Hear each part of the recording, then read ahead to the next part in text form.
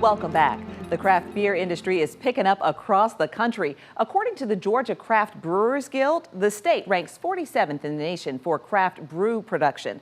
More than 30 breweries across Georgia cook up a concoction of hops and grains into a variety of flavors, many of which grace local store shelves along with restaurants and bars. Red Hare Brewery is one of them. The owner, Roger Davis, founded the company literally on a sofa, beer in hand, watching none other than a football game. His story is the focus of today's Executive Profiles.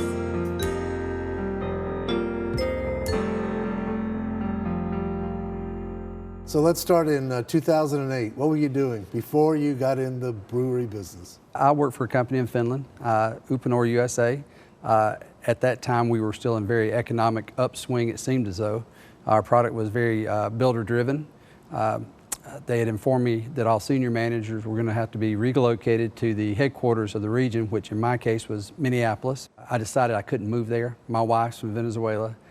She couldn't see herself domiciling in Minneapolis, so I decided to leave the company. I then purchased half of my best friend's company, who was our manufacturer's rep for Georgia. Unfortunately, that was about 6 months before the Depression. We had an opportunity to move out of that business, and I sort of semi-retired. The young man that used to work for us recently graduated from Kennesaw State with a business degree.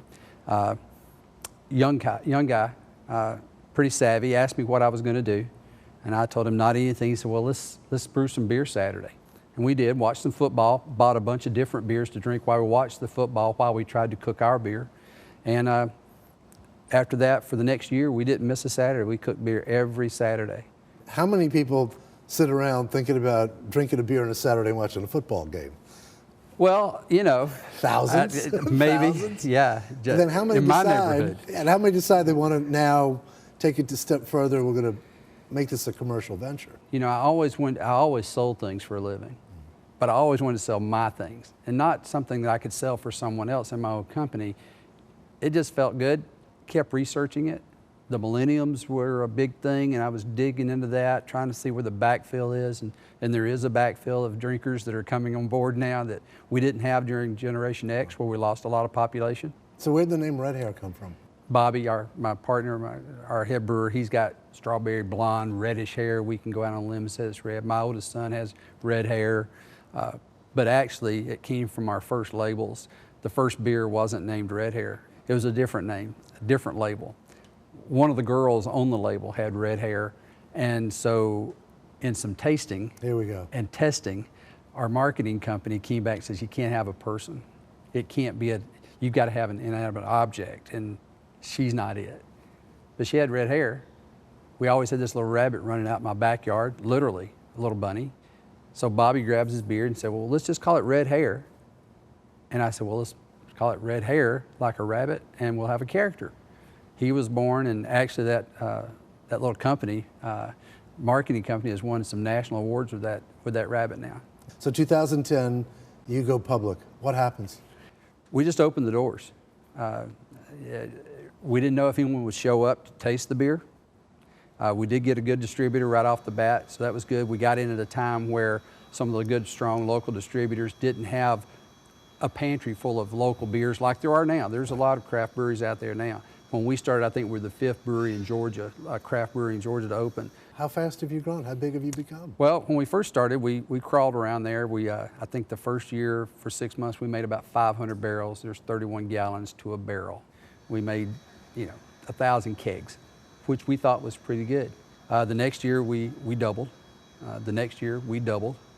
This year, we'll be up about another 42%, and we expect to be up another 30% next year. And you've got 3 primary... We have 3 year-round package beers. We have our Long Day Lager, our Gangway IPA, and our Watership Brown. All those have done well.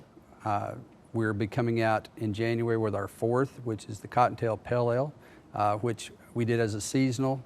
Back last spring, was very well received. Had a lot of people drink a lot of that beer, so we decided that would be our 4th year-round beer, so we'll be coming out with that January the 5th. I want to talk about the canning system, because I know environmentally correct. I know that there's an Atlanta company called Novellus that is very proud of what you've accomplished. Talk about the innovation, please. Novellus came to us. They were headquartered here in Atlanta, but their research and development's up in Kennesaw, just 5 miles north of us.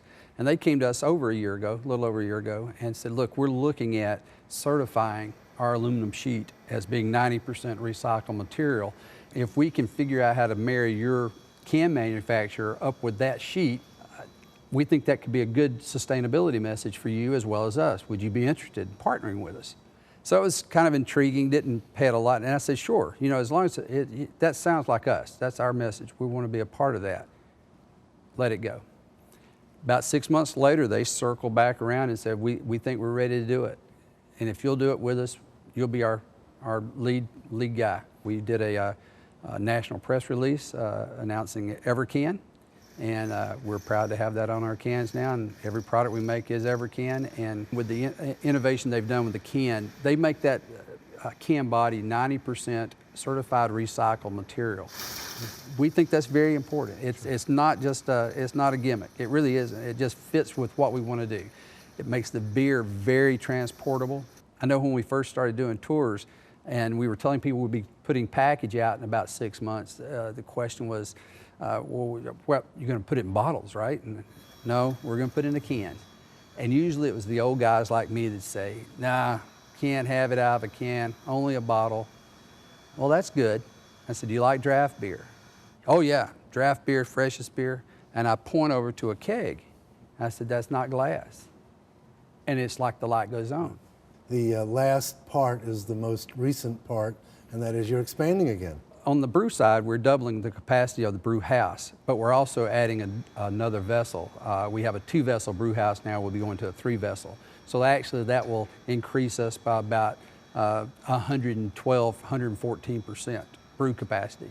Our fermentation cellars, all those tanks are doubling in size. So we have to have a building that will accommodate, you know, a 30-foot high fermentation vessel, where now our tallest vessels, 80 barrels, are about 16 feet. From starting out on a Saturday drinking a beer, watching a football game, hearty congratulations to you, Roger. Thanks so much. I appreciate it. Thank you, sir. Take care.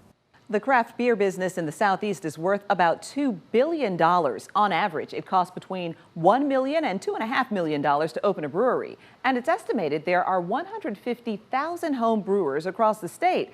So for those of you looking to satisfy your taste for entrepreneurship and good beer, order yourself a beer kit and see if you can cook up the next big brewery business. Next.